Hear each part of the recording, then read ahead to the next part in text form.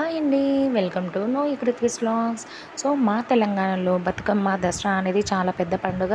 So బతుకమ్మని ఎలా తయారు చేసేదో చూద్దాం. ఫస్ట్ అయితే గుమ్మడి ఆకులండి, అవి ప్లేట్లో తీసేసుకొని పసుపు కుంకుమ వేసి గుమ్మడి పువ్వుని ఇలా అరేంజ్ చేసేసుకుంటున్నాము. తర్వాత తంగెడు పువ్వుని వరుసగా అమర్చుకోవాలండి. అది ఎల్లో కలర్లో ఉన్నది తంగెడు పువ్వు అంటారు మా సైడు.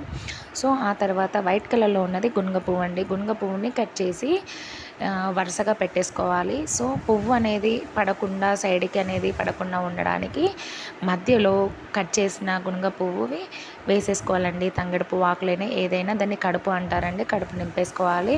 ఇలా మా బతుకమ్మ అయితే రెడీ అయిందండి. చూడండి ఎంత ముద్దుగా ఉంది మా బతుకమ్మ. సో మీకు నచ్చ మా సైడ్కి చెరువులో బతుకమ్మ వేసిన తర్వాత ఇలా పాటలు పాడతారండి. ఫుల్ వీడియో అనేది లింక్లో పెట్టేస్తాను. Please subscribe my